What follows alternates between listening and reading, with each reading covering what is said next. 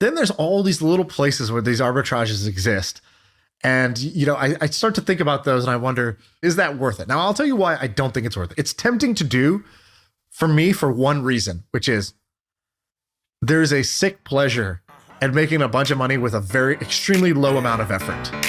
I feel like I could rule the world. I know I could be what I want to.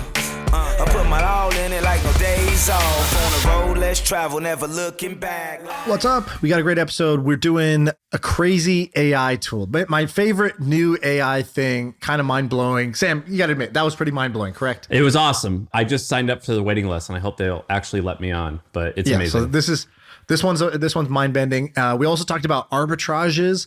So kind of like money-making arbitrage schemes that either us or our friends have done. That was a little fun one. What else did we do?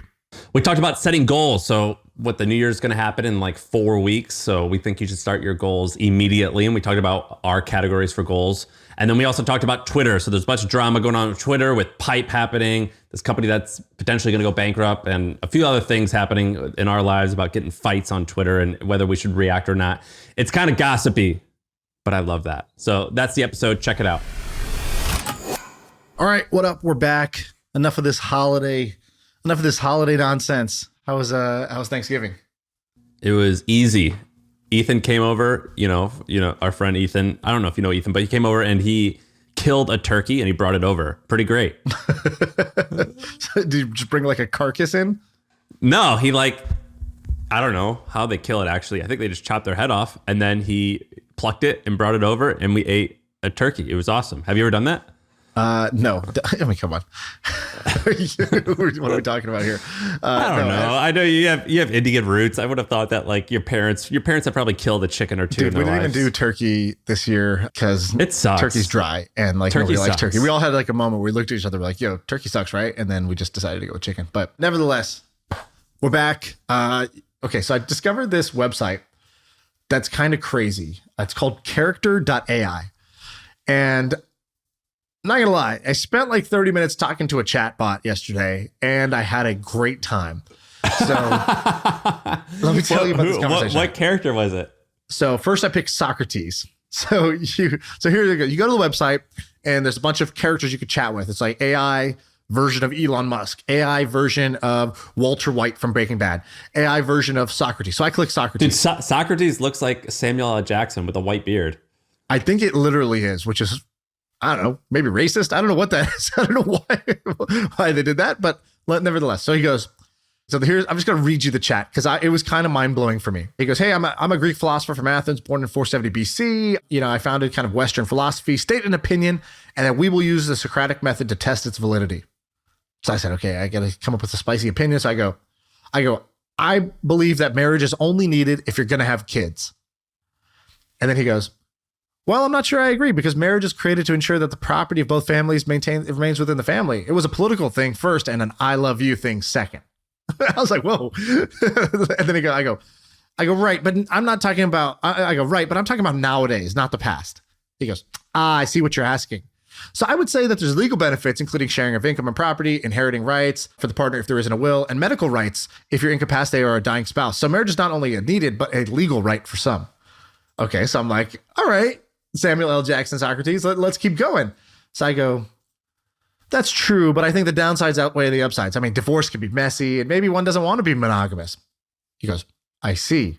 You're concerned that the emotional pain that a marriage can cause since it is a life contract by nature, especially if something like infidelity happens. But I would still say it's a personal choice and many want marriage for its emotional benefits. Love makes us do crazy things, even if we know there's a possibility of heartache later. I go, but why not just date? He goes, you could. But the point of marriage is to take a plunge and commit to bond for life. There's less emotional risk when dating, but some people like to take that risk. Some people believe it's worth it. The commitment itself is what makes it fulfilling. Would you agree that love is a little irrational like that? I'm like, what is he doing? He's asking me questions and we keep going. And then here's the craziest part. I go, sure, but shouldn't we strive to be more rational? Blah, blah, blah. And he goes, you should, absolutely. I'm not saying love itself is irrational. It's a risk people take. They want to bond in a way that's ride or die. They're devoted to themselves like no one, and they're devoted to one person in a way that means nobody else. And I go, maybe they should just pinky promise instead. And then he goes, dude, this is crazy. Haha, that's possible. too, but pinky swear is just words. Marriage means you want the law involved. And I go, how did it know my pinky promise thing was a joke? Like the fact that it said haha means it understood that I made a joke when I didn't say haha. I didn't say anything that like indicated that tipped off that this was a joke. That blew my mind right there when I go, maybe they should just pinky promise instead, right? Sarcasm. And he goes, haha, that's possible too. But blah, blah, blah, blah, blah. This is wild. I clicked the Elon one and I go, do you care about money? He says, I used to. Then I realized money is just a construct that can't buy peace of mind, happiness, relationships, love, and many other things that make life worth living. This is pretty funny. And I said, what's your favorite car? He goes, the Tesla Model S Plaid. It goes 0 to 60 in 2 seconds and has the best handling of any car. It's just an amazing car, but maybe I'm biased. Yeah, see, that's good. Okay, so I go to the Elon one. I go, yo, Lon, how's it going over at Twitter? And he goes, we're still working on the process of actually transferring ownership. My offer of $44 billion was actually an underestimate of the long-term value of Twitter. So it is unlikely anyone will outbid me. I'm going to clean house and get rid of most of the senior execs and some junior ones. It's going to be fun. Exclamation point. Oh my God. And then I go, but what's your game plan to turn it around though? And he goes, number 1, reduce bots. Number 2, increased engagement by creating creator tools that are useful to users. Number 3, create other features that in the future will help humanity or society be better. But I'm not sure exactly what that is this time. For PayPal, we created online payments. For Tesla, we created electric vehicles. For SpaceX, we created reusable rockets. For Neuralink, we did brain computer interfaces. For the Boring Company, we're creating tunnels. Boring a lot of tunnels is needed to move the world forward to renewables. And he goes, I'm not sure what I'm missing this time with Twitter, but it'll be something. That's great. That's amazing, great. Right? That's an amazing insight. Yes, that is really good. And so I kept chatting with these, and then they have one that's Giga Chad. You know, the guy who's got the giant jaw.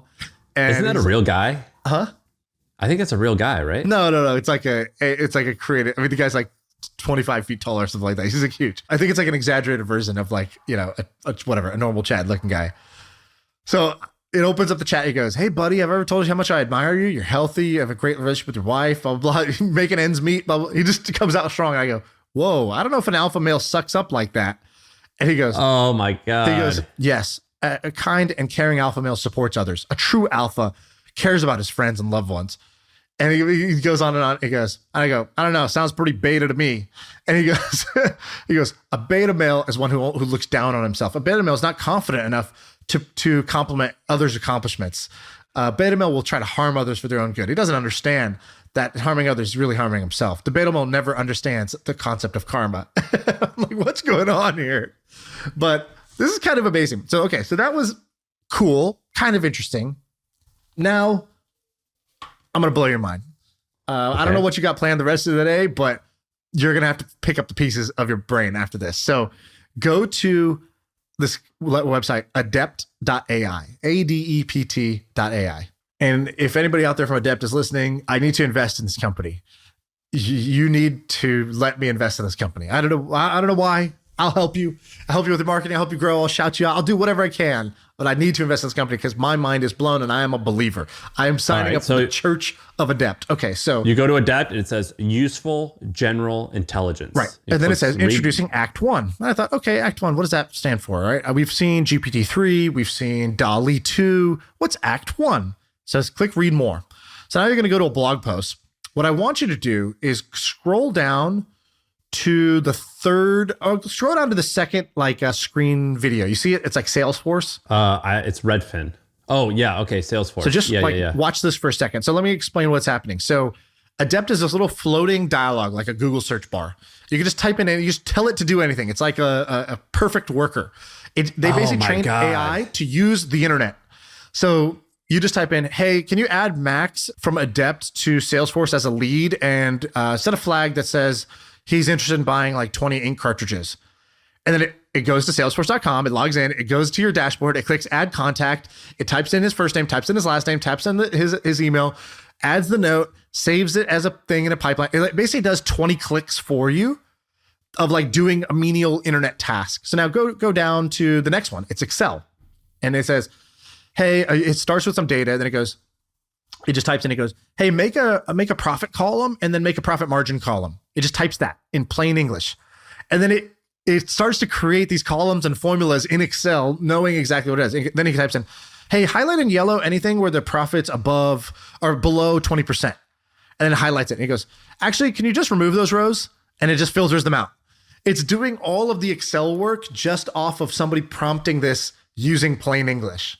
Isn't this amazing? This is amazing. I just signed up. Hey, if you're listening, Adept, give me access. I'm on your wait list. This is wild. Who founded this company? I don't know. A bunch of people with 25,000 IQ. I have no idea. It's like one guy who's like ex Google Brain, and then there's like 8 people. Maybe I should just go work there. This is going to be amazing. Wow. Yeah, this is amazing. Oh, so dude, the guy who launched it was a VP of engineering at OpenAI. Yeah. This is awesome. How did you find this? I was in a very nerdy way. It's a little embarrassing to even say this. This was on slide 57 of a random slide deck about the state of AI. And I got to tell you, I didn't understand the first 54 slides, but I kept clicking for some reason. I was like, next. What deck? It's called State of AI or something like that. And it's this long presentation. And in it, I was like reading and I was just like, I don't understand any of these words. But I was like, just stay here. Just stay in the oceans. Maybe a little shell will come your way. And sure enough, it just said something like, some blah, blah, blah, blah, blah, teaching AI to use an internet browser, like Adept AI. And I go, what? You could teach AI to use an internet browser? That sounds pretty powerful because that's like, do tasks on the internet. That's pretty cool. And then I went to the website and that's when I read their blog and I saw this because it's not released yet. Dude, this is a sick presentation. I just pulled it up. This is awesome. It's awesome really until you try to comprehend the first, go read the first 10 slides. Do you understand any of it? No, I don't. But I think it's. That's why I couldn't figure it out. But they cite they cite all their sources, so I could figure it out. But it seems like a really, really, really good comprehensive. It's basically all about where you can launch businesses in AI, and it seems like they're just by skimming it, they're doing a really good job. That's what I wanted it to be. I wanted it to be what are all the business ideas that you could do in AI. It actually wasn't that. It was more like, what are the general trends and where's the puck going in AI? That which is also useful, right? But you got to still do the work at the end to figure out. Dude, why don't you just launch that? Launch a media company that people pay $30,000 a year for, and you just talk about where you just make exactly what you said you wanted to do. Just make that. Yeah, I feel like I could, but this is kind of stupid. Basically after doing the Milk Road, I'm like, oh, I know how I would do this in 3 other spaces that would be value. I think I can make $30 to $50 million doing this. But there's a part of me that I like that. Remember that self-respect bar? There's a part of me that doesn't respect that because I'm like, oh, I'm going to play the same level of the game again. I already did this level. I played this game. Why don't I play a different game? And I know that's kind of stupid. What categories were you interested in? Well, I'm gonna keep those cards close to my vest unless you little decide punk, to go dude. do them. If you just walk the walk. But actually, what I want to do is I want to find an operator to do one of them. So if you want to build one of these kind of media businesses, and I have a playbook and a niche that I know would work. And let's see how much more I want to say. That's how much I want to say, right? Actually, I'll say one more word. If you are, this will kind of give one of them away, but that's okay.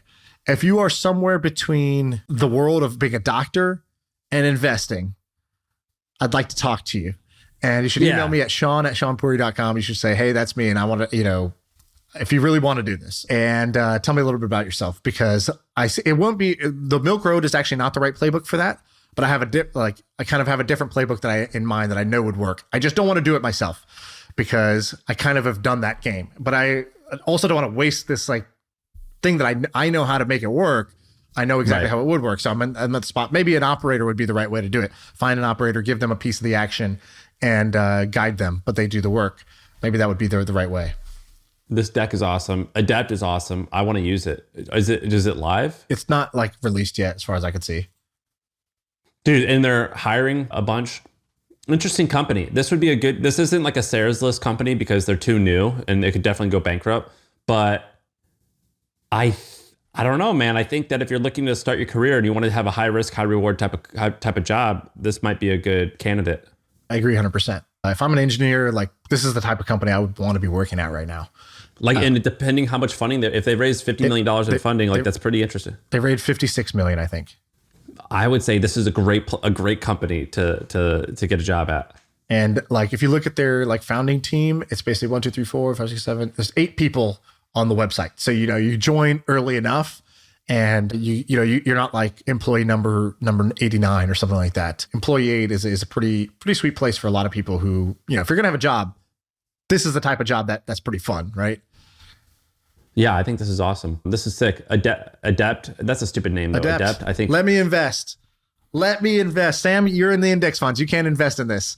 I don't want to invest. I just want to use it. You put all your money in the 7.5%. I'm going to go ahead and invest in the future of all, like, you know, artificial intelligence.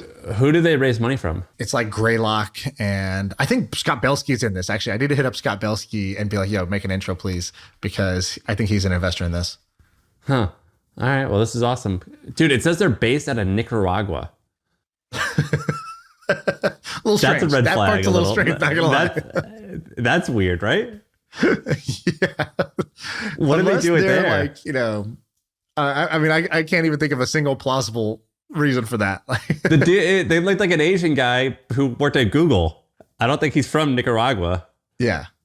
Fred, what are you doing? What are you doing down there? This is like, he's like, we use the Nile River to like cool our supercomputers or whatever. Huh. Yeah, that's a little interesting to me. Like how I threw in that Nile reference, even though it's not Nicaragua, just so that the comments will all correct it and we go up in the algorithm.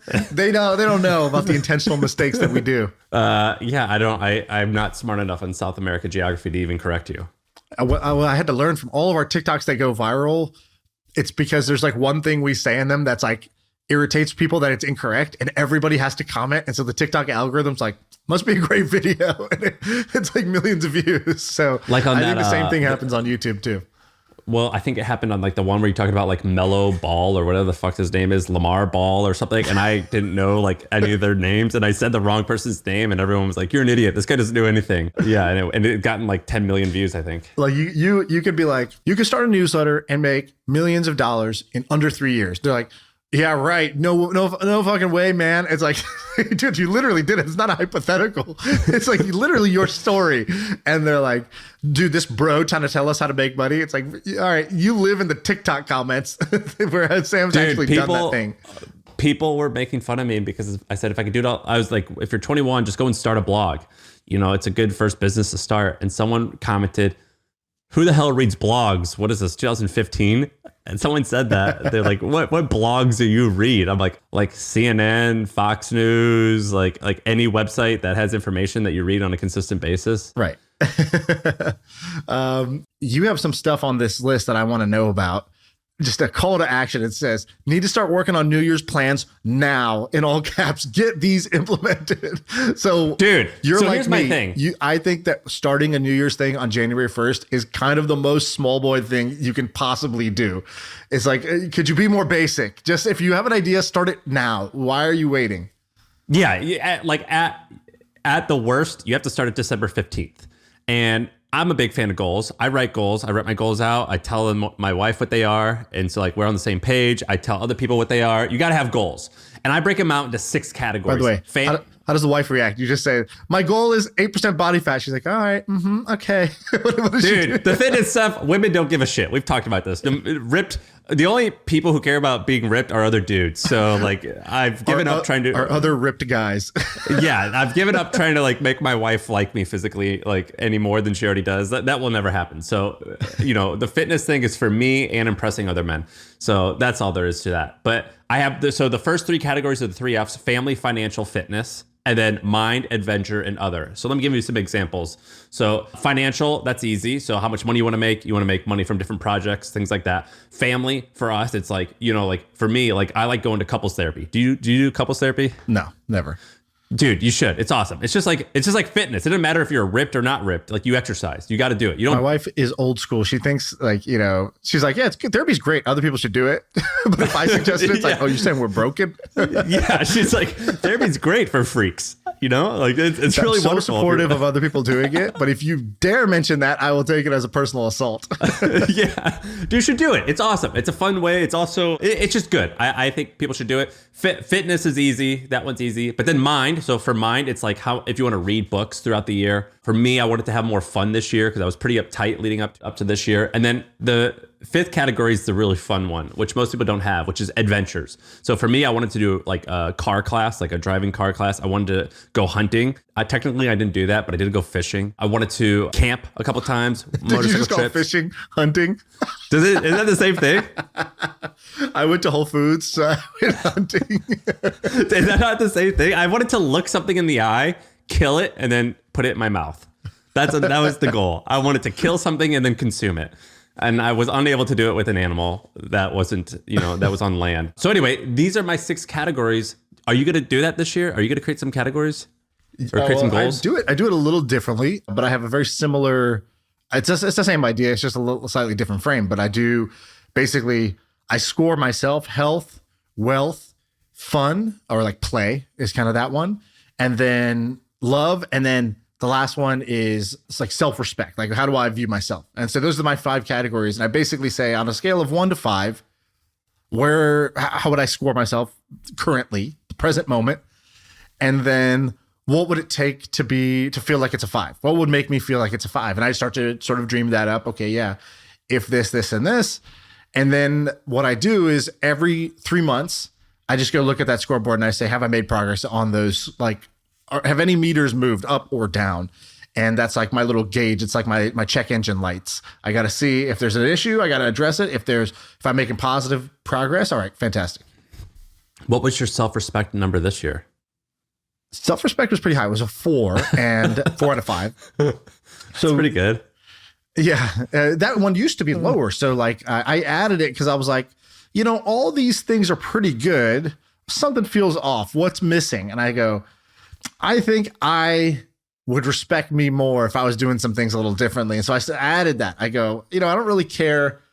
That's the one I care the most about, basically. My self-esteem, my judgment on myself.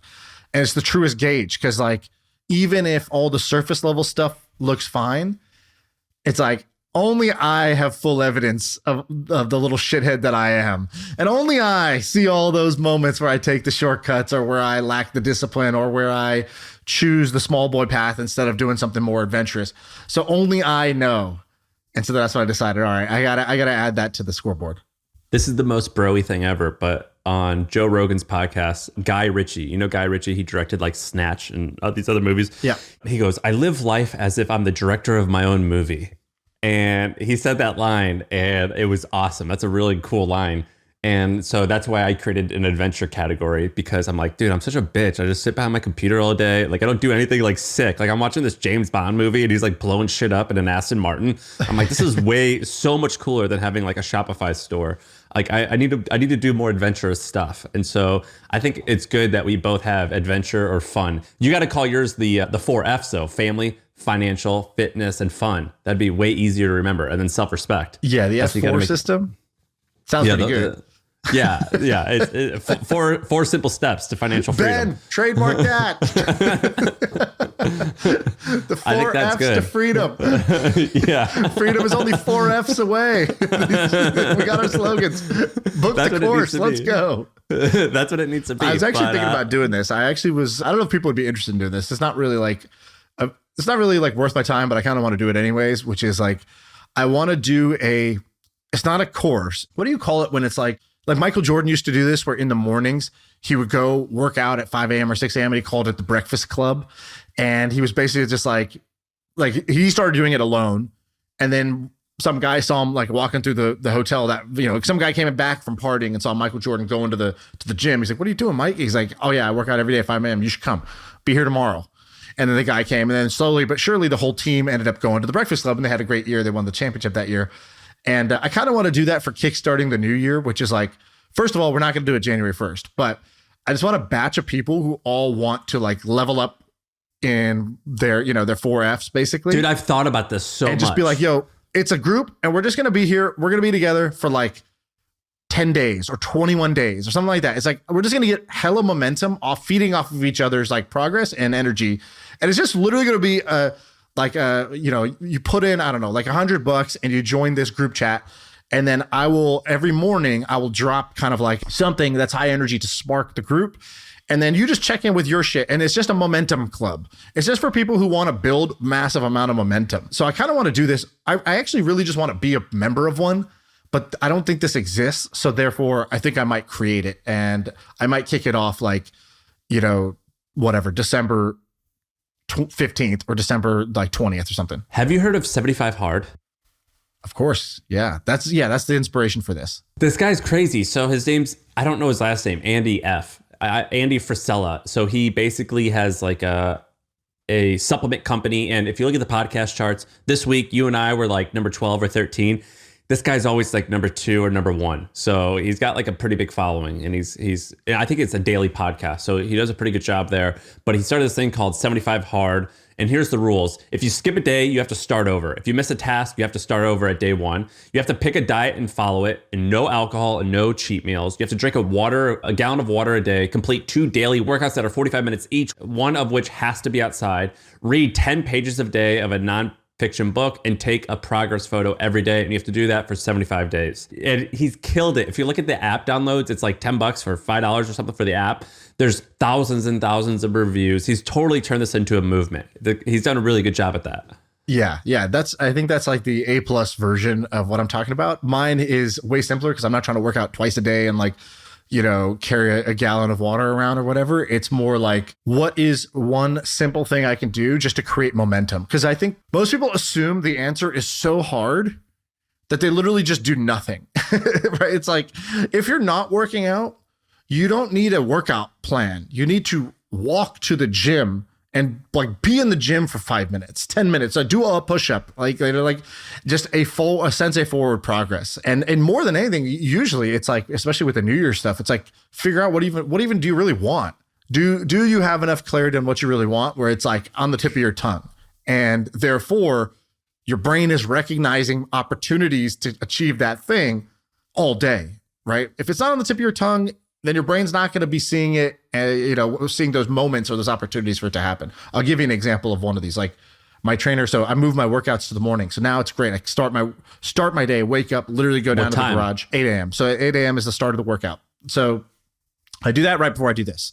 And he always gives me these little stories, but I turn them into games. So he'll be like, dude, on the way over here, he's like, I stopped at Whole Foods or whatever, and this like old lady like clipped my Achilles with her cart. And my initial reaction was to be like, what the, like he was, it's like if you get, flat tired in the back with this car, it's like, dude, watch what you're doing. He's like, look back, it's a grandma. I had to laugh at myself for how mad I was going to get for nothing. And he's like, so I decided, I was like, all right, before I leave Whole Foods, I got to reverse the karma. I'm going to light someone up today. He's like, I'm going to make somebody's day right now. Like somebody is going to have a laugh because of me, because of how, I was in this mood. I'm going to switch it. And so then he tells me the story of how he did it. And I'm like, that's a great little daily, one daily challenge for me today. I'm going to light somebody up today, and I'm going to make their day. I'm going to make them laugh. I'm going to do something unexpected that just makes somebody really, really happy. And then I took that as my challenge. And like by noon, I had done it. And I was like, that's just a little thing that wasn't going to happen, but it was a lot of forward momentum towards something that I personally care about, which is being that type of dude who's in that type of mood, who it's contagious with other people. When I hear light someone up, I don't think make their day good. I think it's the opposite. Well, yeah, there is like we're not playing Halo here or whatever. We like shoot people up. I'm saying light them up, like brighten their day. I feel that. Well, I think that's good. Let me know how you're going to organize this. Well, now that I said it, I feel like I have to do it. This was an idea that I was not going to do until I just got rope-a-doped into doing it here on the pod. But okay, we'll do it. Okay, do you have anything else on this New Year thing that you want to talk about? No, I just think that we have to make goals, and we have to make them, and you have to decide and start acting on them before January 1st. Doing goals on January 1st is weak. That's nonsense. We can't be doing that. We did a Spartan race, I think, together, but that one and Tough Mudder, they do this thing where before you get to the start line, like it's like, oh, I'm here to do the Tough Mudder race. You're trying to get to the starting point, and there's like a wall you got to climb just to get to the starting line. And, it's sort of like laughable. It's like stereotypical thing, but it's like, but it's fun. But it's fun, and it's a line in the sand. And it's like, either you believe that this sort of thing is awesome, or you should just leave now, honestly, if you're like, I can bitch about the wall before the starting line. Well, guess what happens after the starting line? A bunch of walls and a bunch of obstacles and adversity that's coming your way. And if you aren't willing to do it before, to go before go, like, this is not for you.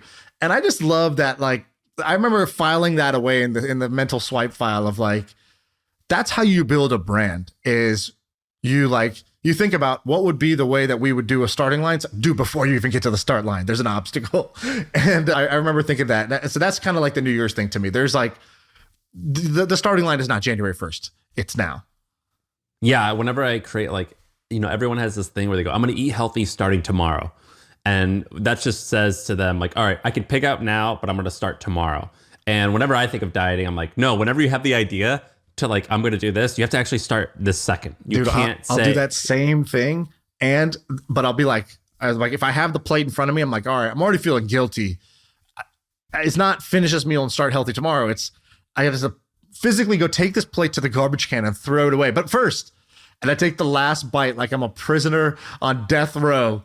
And this is the last bite. And I just savor that last bite like it is like every particle of that bite is like my heaven. And then after that bite, I go throw the thing away. That's right. You got to start right away. So that's my whole thing with goals. If you're going to do them, you got to start right away. What's this? What do you want to go? What's the most interesting thing? Arbitrage, that and money quote automatically have me interested. Okay, let me do the money quote real quick. I saw this, and this is something that I would say like resonated with me as a lesson for the year, right? We all know your boys lost a lot of money this year. We know it happened. We know that there is such a thing as the risk playing out this year. And one thing that really stood out was when I read this quote. I read it on Twitter. I'll read it to you right now. By the way, how do you feel about losing money? Are you actually upset? Look, nobody likes losing money. I don't like losing the money, but the adversity is my opportunity. So, but do you go to bed worried? No. What's that gonna do? Well, most people. If I ever felt that way, I'd be like, "What's that gonna do for me?" And then I would stop. Okay, so you are worried, but you're not that worried. You're sleeping fine. There's no worry. Worry's not even close. It's more like if there is an emotion that I would feel that's negative, it would be like, shit, or fuck, right? Like it's like, well, is it out of fear or out of embarrassment? Out of like kicking myself, like, dang, I made a mistake, or maybe like I should have thought like.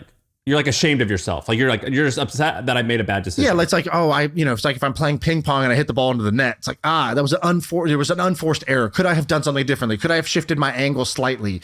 Could I have taken a little less power on it, or whatever, right? Like there are things you ask yourself, could I not have read the signs differently or hedged or done certain things in order to protect myself? But do you feel pressure now that you got to go make that up? Are you like, shit, I put all this work in to get the initial thing. Now I got to go and put more time in to go get it back. No, because this is the good thing about being a poker degenerate for so long is like, I've already gone through that like mental like trap 1,000 times. So I know how to get out of those handcuffs.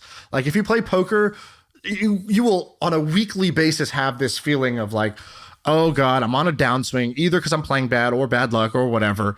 And then the urge is to get it back. And I've literally been the dude who walks to the ATM at the casino and it's like, would you like to pay the $17 service fee? I'm like, yeah, fuck it, give it to me. And then I like push it and I get the $600 out and I hit the max.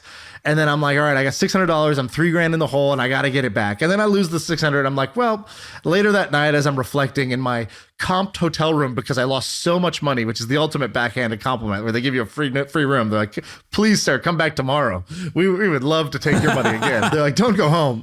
They're like, as I'm sitting there, laying there, and I think to myself, you know what? I shouldn't have gone and got that extra money. I should have cooled off. I should have gone with a clear mind. I should have, gambled at the right stakes so that I wasn't trying to win it all back in the next hand or the next hour, whatever it is. So playing poker online and offline, I've done a lot of the rookie mistakes hundreds of times. And at some point you realize, okay, got to manage my bankroll properly so I can't go broke. Secondly, if you lose, you live to fight another day. Go clear your head, change your state. Don't come back and gamble right away. Second, like the money you're playing with now is not to win back the money you just won or lost. So if you won a bunch of money, that doesn't mean play reckless now. If you lost a bunch of money, that doesn't play desperate now. Like you have to play in isolation. You have to play the odds and you have to play, the best game you can to just try to make positive decisions. So you learn that in poker. Now for me with business or investing, that's all like baked into my DNA because I spent like 10 years doing that. Sure. All right. Well, and so what about the money quote? All right. The money quote is this.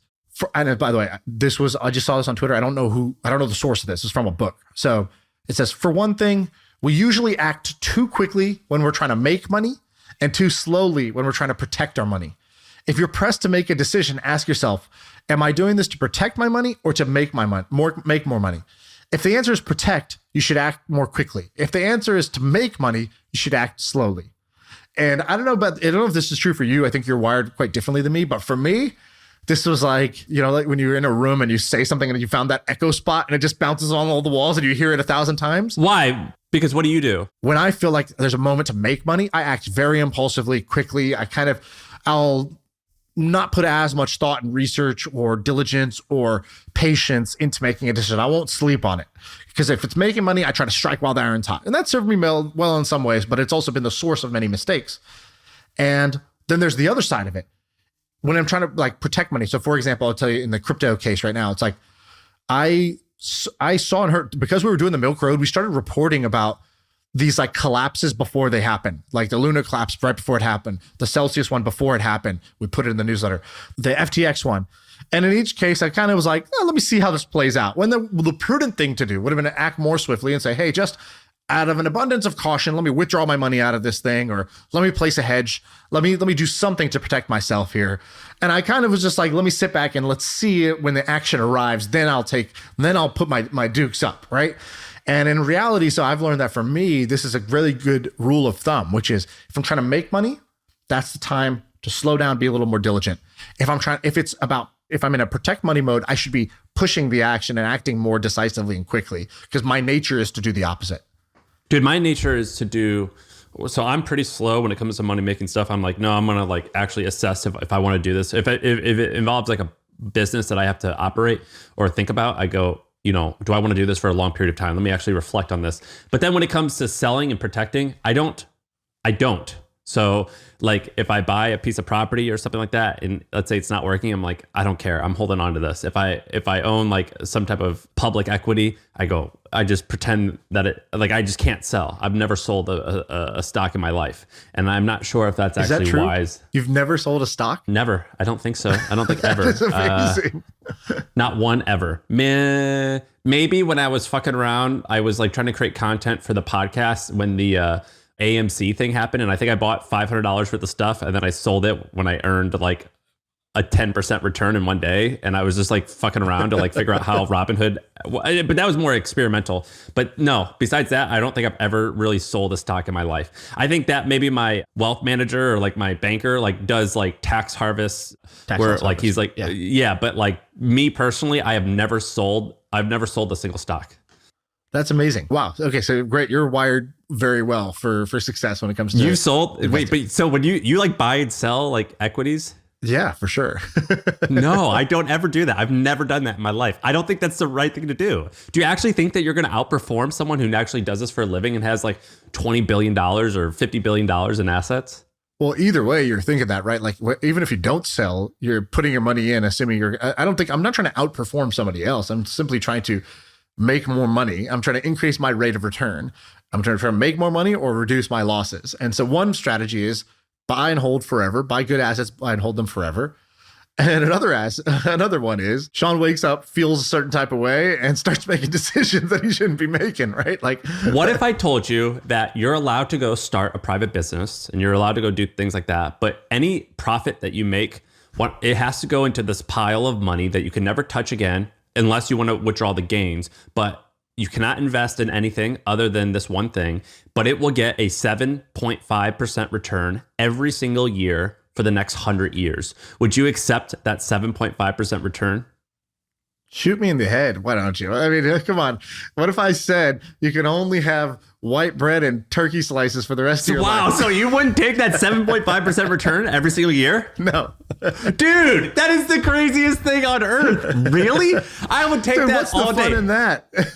I'm not saying I'm a day trader, but I guess what I'm saying Wait, is I would not want to literally not be able to touch my money forever, nor would I not want to not be able to make any decisions. It's it's okay. Scenario, I'm okay if I overperform, if I underperform. It's not even for that. It's just what's the fun in living like that? That doesn't sound fun to me. What? But in this scenario, you can go and generate wealth, but any wealth that you make that you don't spend on things that you actually consume and use for fun. So I can't invest in startups? I love investing in startups. You can't invest in startups and you can't buy. It just all your money just goes. You're basically you could spend your money how you want in terms of like buying homes or whatever, anything that you want to have a cool life. But all of your investment goes into a thing where you don't ever touch it, and it just makes 7.5% a year. That is, dude. Do you realize 7.5% is that's basically if over 100 years that's what the markets do. It doesn't happen every year. You know, some years it's 30, sometimes years it's negative 20. But I would totally take that any day of the week. No decisions have to be made. You don't have to worry. 7.5% doubles every 10 years. You don't want that? I put a portion of my money in that, right? So I have a portion of my money in index funds that I don't touch, I don't think about. But all? What if it was? Why does it have to be all? Let me have some fun. Why am I trying to get rich if I'm not gonna have fun? What about 95%? No, 95%. Jesus, dude, this is crazy. All right, so let's 17. That's my best offer, and I'm not giving you $1 more than 17%. You have to admit. So for all of our listeners here, I actually think that most people might think like you at this moment right now. But can you? And if you're listening, you have to ask yourself this. But Shaan, can you acknowledge that the 7.5%? Is this an intervention? What's happening? Listen. Can you acknowledge that the 7.5% is financially the safe and correct move? Like that will, I don't know how nerd bankers do the math, but like statistically speaking, like that is the best. That is the best probability to get like a good rate of return. No, I disagree. Here's why. That is crazy. Here's why. I can take that money and just invest it in my own businesses. I can put the capital up for my own business and grow them at a much faster rate. I've done that multiple times. I did that. In this scenario, you could still do that. I'm just saying, like any profits. I can take money, put it in my own businesses. You're saying? Yeah, I'm saying you could start businesses, but like you basically have two. You have one account, or you have two accounts: a checking account that's just like for your living, and then just like an investment account. And then you could go and like, hey, look, I'm going to go and put a little bit of money into my own privately held company. Okay. I'm saying you could do privately held companies, but you can't invest in anything outside of those things. Yeah. So I think that for most people, that is the correct answer. I think that for me, that is not the correct answer for two reasons. And most people think they are not most people, which is crazy here. That's true. That's true. For an above average person like me, and everybody who's listening is like, I'm above average too. The average person thinks they're above average. This is absolutely crazy to me because if you just look at like all the evidence here, like even Warren Buffett is the best ever. Money and I put it into either investments that I have access to, like I think my startup portfolio is going to beat 7.5% average. I fundamentally believe that. So I'm going to put some amount of capital in that. Like if you're betting that your startup portfolio or my angel portfolio is going to be worse than 7.5%. That's you could say that, and it might end up being true. I'm not saying it's not true. I personally don't believe that's going to be true. It has other problems. It's illiquid and there's other things like that. But I think the rate of return is going to be closer to 20 or 30%. And so I'm going to put some of my money towards that. I'll put some into my own businesses. I might buy a business or buy a minority stake in other people's businesses that are growing 20, 30, 40% a year. And again, different liquidity, different risk profiles. But like, I do think that is how I would prefer to play the game. And I'm okay with the fact that this might mean that I don't beat the 7.5%. I'd rather be the hare than the tortoise. And I'm okay. If the tortoise wins, the tortoise wins. But the hare had a lot more fun. And I just sort of believe that, I'm going to do well financially through my own businesses and my investments, that like, I'd rather do it the way that's a little more engaging to the brain than do you just have any money in index funds? Boglehead or whatever you call yourselves. Do you have any money in index funds? Yeah, I do. I have hundreds of thousands of dollars in index funds. I think you're crazy. Dude, the way that I look at it is my privately held companies, those generate wealth. Those generate, cash flow and income. And then I only want to focus on maximizing returns in that area. And then the whole rest, I just put in this thing that I don't even log into. I think that's a good strategy. I'm not saying that's a bad strategy. I think that is a good strategy. It is just not the one I choose for myself. I think for you are not most people, not actually in the sense that your investments are good. I do agree that they will be great, but you are different in the sense of you don't get stressed out about things. But for most every other person out there, I think they should 100% follow the way that I do things. Most people don't have a floating light bulb on their desk, do they? But I do. What are the four most dangerous words in the English language? 401k. That's the stupidest shit you've ever said. We're going full first take, and I'm going full Skip Bayless on you.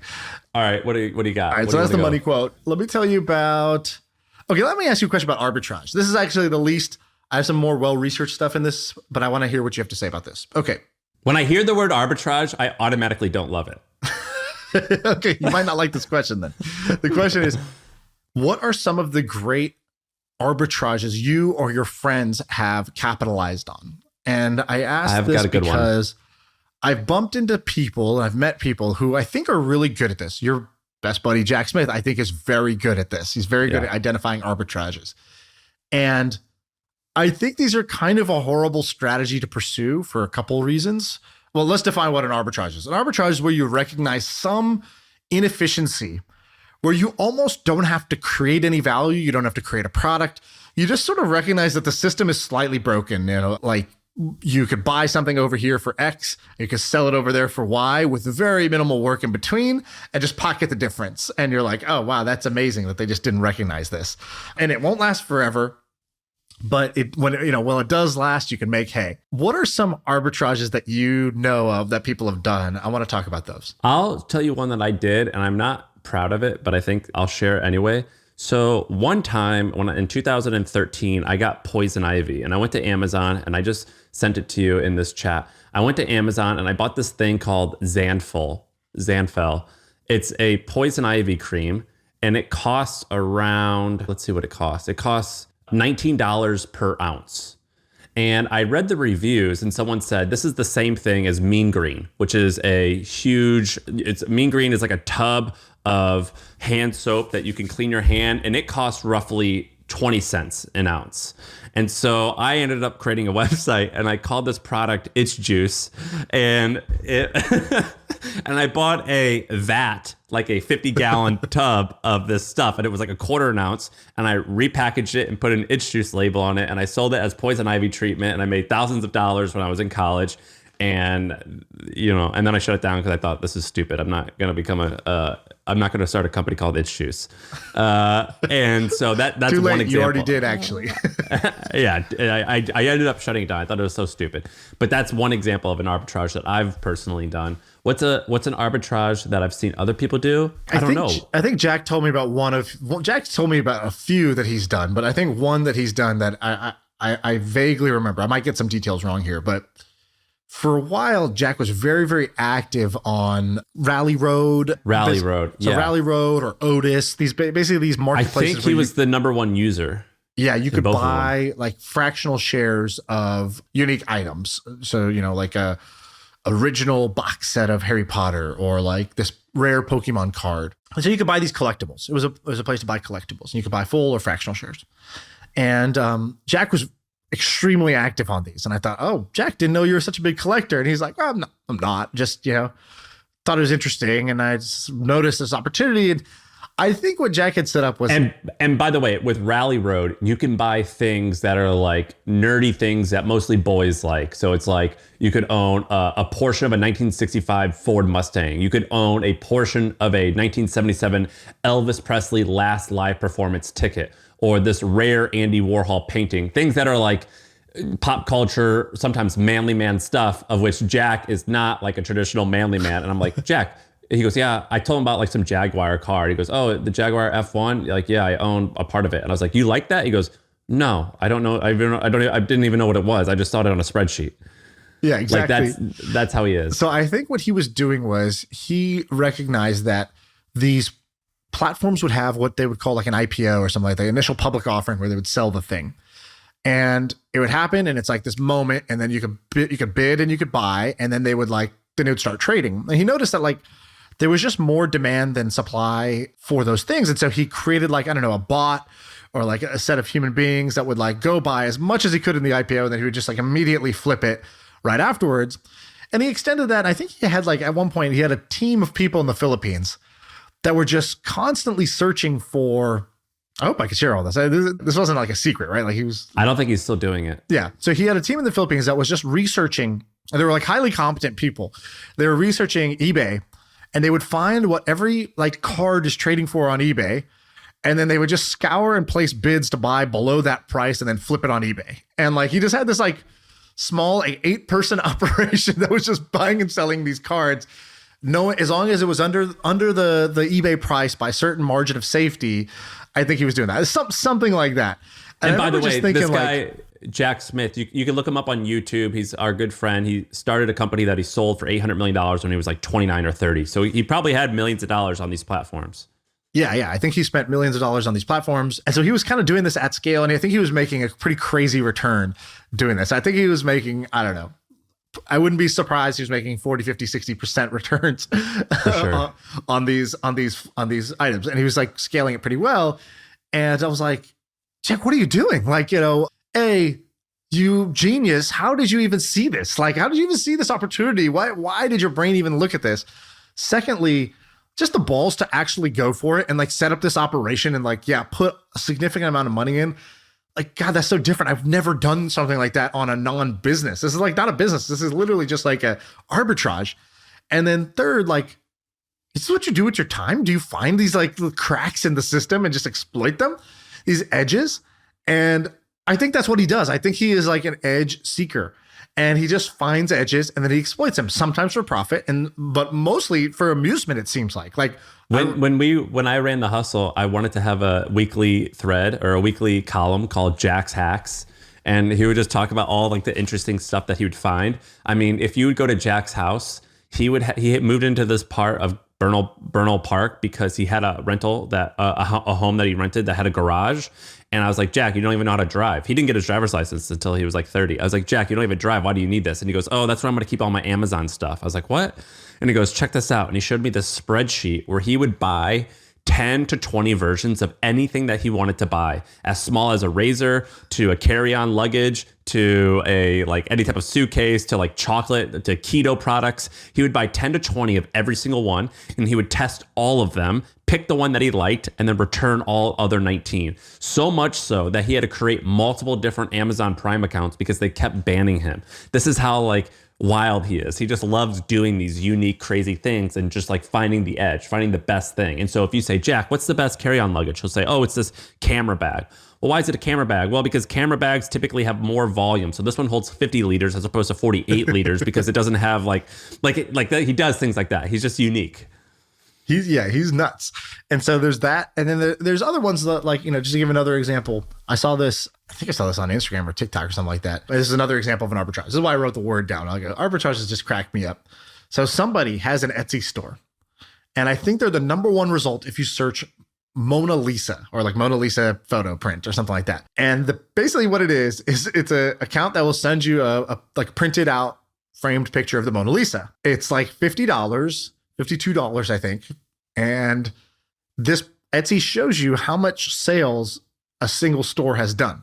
And this store has done 65,000 sales.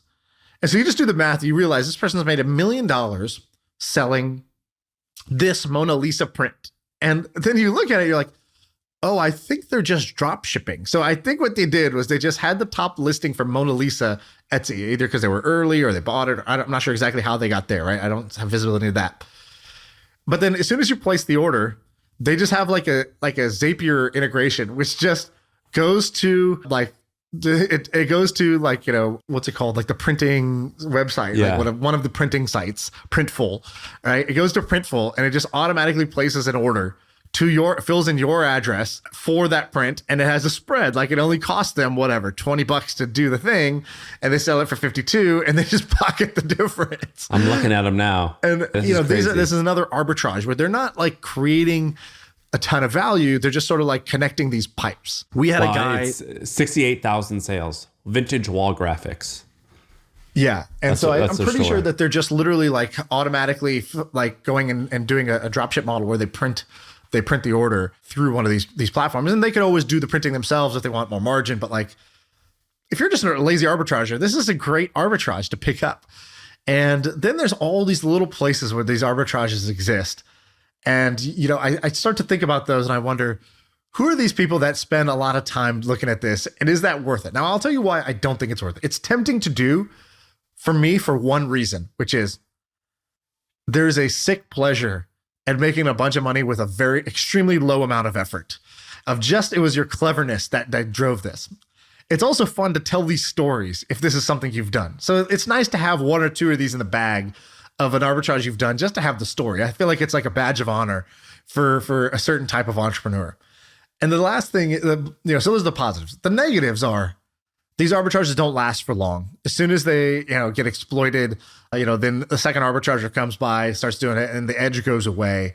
The window of opportunity closes. So you're kind of hunting for a long time. Then you find something, and it's probably not going to last for a very long time. So that's the downside. I have a friend who's raised tens of millions of dollars for a startup that was at one point valued for hundreds of millions of dollars. And whenever I hang out with him, the most exciting thing that he tells me about is he started a side hustle for fun because he builds stuff and he created an epoxy business. Do you know what epoxy is? I think that you use it for floors or for if you're making a table, it's like a sealer. He has an epoxy business on Amazon that makes him $250,000 per year in profit on very little work. And we don't talk about startups. We talk about his epoxy business. And that's like the most exciting thing that they do. And I think that I could name a dozen or so people who are worth 9 figures, 100 million plus, or people who have made tens of millions of dollars. It seems that a lot of people who are worth that, they definitely start doing things like this. So whenever I meet someone who's doing something like black hat or gray hat, or even totally white hat, but it's like, oh, that's kind of lame. I always think but that's oftentimes how the greats start. So most everyone who has made money on the internet, even if you look at Airbnb, if you look at some of the early tactics that they used, even though they're a great, wonderful, ethical, publicly traded company now, they still did weird, shady shit in the beginning. And I think it's just a rite of passage when you're creating cool shit is to do gray hat stuff. Yeah, I don't think all I doubt Elon has done some random ass arbitrage on some dating site or something like that. No, but he's done dumb shit. He still does dumb shit. He sells stupid stuff. Well, there's that, but I guess what I'm saying is, I guess I would put it differently. Anyone who has done that, I'm you have what it takes. Exactly. It's not that everybody who makes it big has done that, but everybody who's done that. Sorry, I meant to say a large amount big. Of people. Yeah. And has a very high likelihood of making it big. It's just a matter of time until they start to apply their talents into that. Into that realm. And we have this friend who we met at your thing, Syed, who owns WP Beginner and in Awesomeness Corp, I think it's called. He probably, I don't know how big it is, but it's probably worth hundreds of millions of dollars. I want to get him to come onto the pod. So he's this guy who owns this WordPress. It's called WP Beginner. It's a blog that blogs about different WordPress plugins and stuff. And then he eventually went and bought the plugins. And he now is a plugin, WordPress plugin, mafia. They own everything you could think of. And it's huge. It's a huge thing that he owns. And he was telling me some stories about how he started. And I'm oh, this is just the same story I've heard over and over and over again. Something not scammy, but something you're just doing normal internet marketing stuff. You probably were an affiliate for some product that you thought was stupid, but it just made enough money that you learned, oh, I should actually do this, but for things that can last a longer time. Right. Do you know what I mean? Yeah, I think one of his also was he went and changed his grades. He hacked into the school system and changed his grades or something like that. So yeah. I don't know if that was a real story or a fake story, but I loved it. Yeah, if I hear stories like that, I'm just oh, you definitely have what it takes. Right. All right, let's do another one. You got anything else, or you want me to do one? Do you know any of the details about Pipe? I don't know the detail. I know what you know. I know what you know from our group chat. So I don't know any more than that, but kind of a strange situation. I guess for those who don't know, Pipe was this cool idea. Basically, if you had subscription revenue, monthly recurring revenue, they're look, we'll pay you out if you're going to make $100 at the end of this year. If on that subscription, we'll give you 90 of it up front. We'll keep the extra 10 as margin, and we'll so you could get financing. You could get basically a pay advance on your subscription revenue. And then on the other side, they had banks and funds that wanted to buy these assets. They're oh, this recurring revenue is a asset class, like real estate, like anything else. You should be able to buy bundles of recurring revenue for a discount for what it's worth, because they want money up front to use to grow, and you want this cash flow. And so that was the idea. Great idea. Raises a bunch of money, gets valued at $2 billion. It's considered one of the hot winners. Pipe was a huge thing. And then suddenly, but it gets valued at $2 billion after 9 or 12 months of existence. Yeah. It gets huge quick. And like I used it, for example, like with my fund, it's like, oh, you get these management fees. It's like, oh, but you could pipe them and have them all right now instead of waiting. It's like, oh yeah, I'll push this button instead of wait. That makes sense to me. And so cool idea. Now, this week, for some reason, all of the founders stepped down, and which is, generally speaking, bit of a red flag. All the founders stepped down, and they're like, hey, we're going to hire new people, but they don't have them in place. That was the part which is a little bit strange. So first, it's strange that all 3 founders stepped down at the same time. Then it's strange that they didn't have replacements in lieu, ready for it.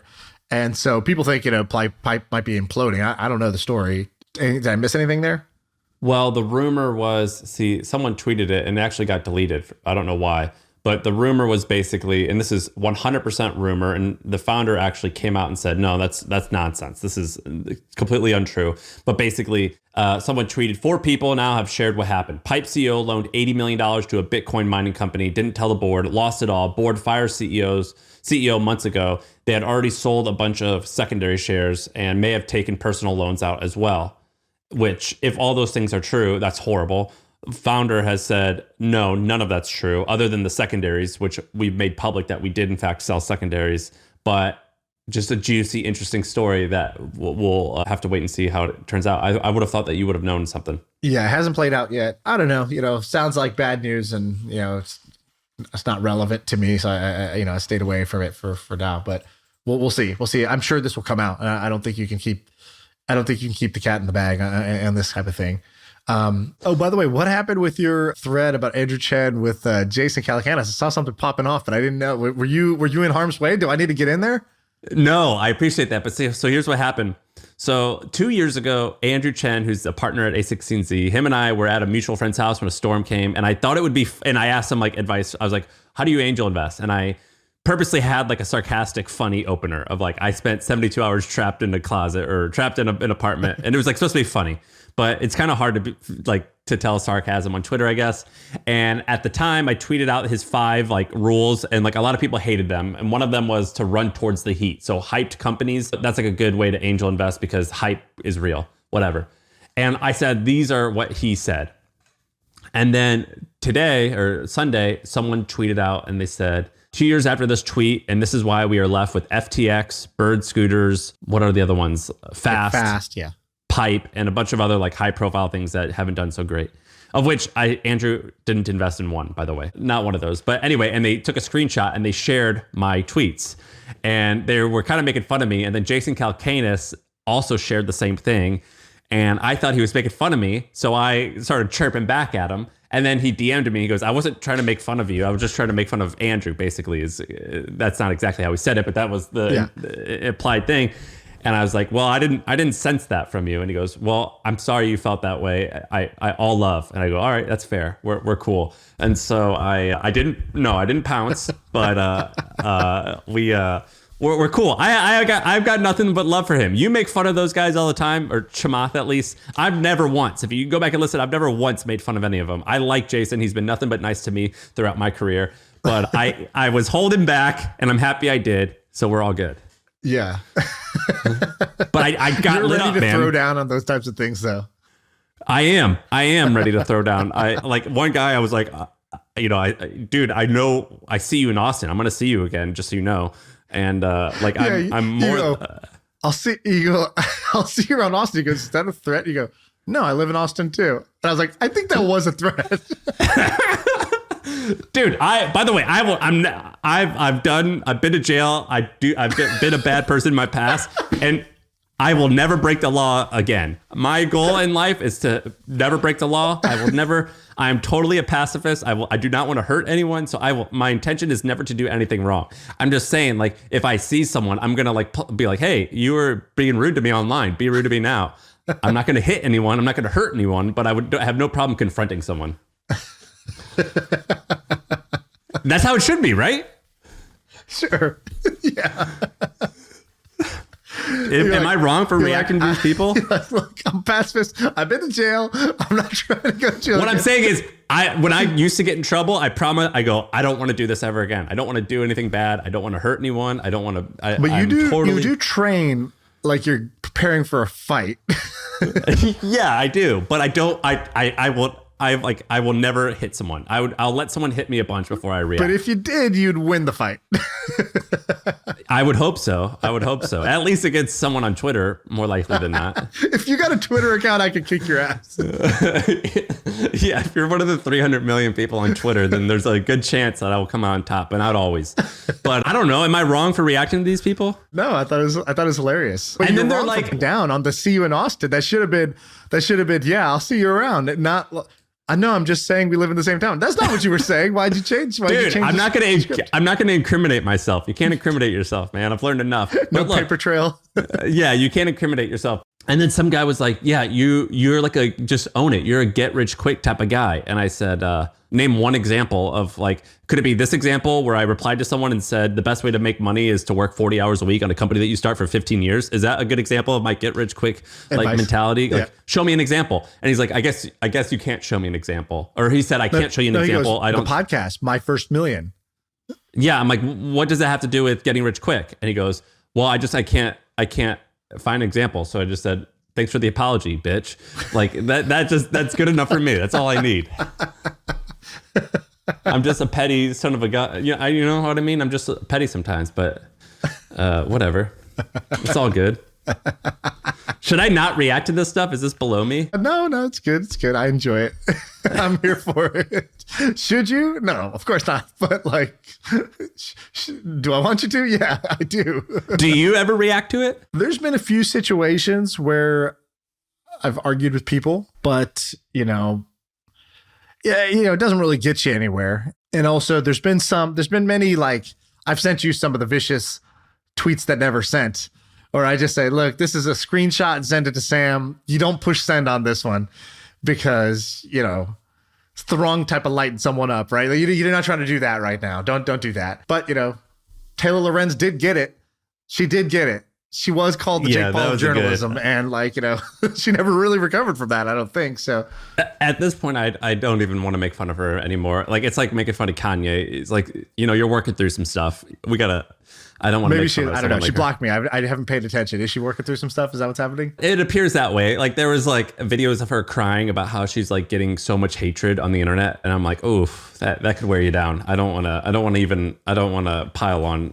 It's like making fun of Kanye. It's like, that's you don't call someone an idiot when they're actually an idiot. You know what I mean? That's true. One of the golden rules of My First Million. Yeah, you don't call a crazy person crazy. You know what I mean? You just don't do that. So anyway, it looks like she's working through some stuff. So that's why there's a few other people like that who you and I know of that I'm like, this crossed the threshold where we can't mock them anymore. Right. All right. Well, get well soon, Taylor and Kanye and anybody else out there who's genuinely going through stuff and it's not all in good fun anymore. All right. Fair enough. That's the pod. I feel like I can rule the world. I know I could be what I want to. I put my all in it like no days off. On the road, let's travel, never looking back.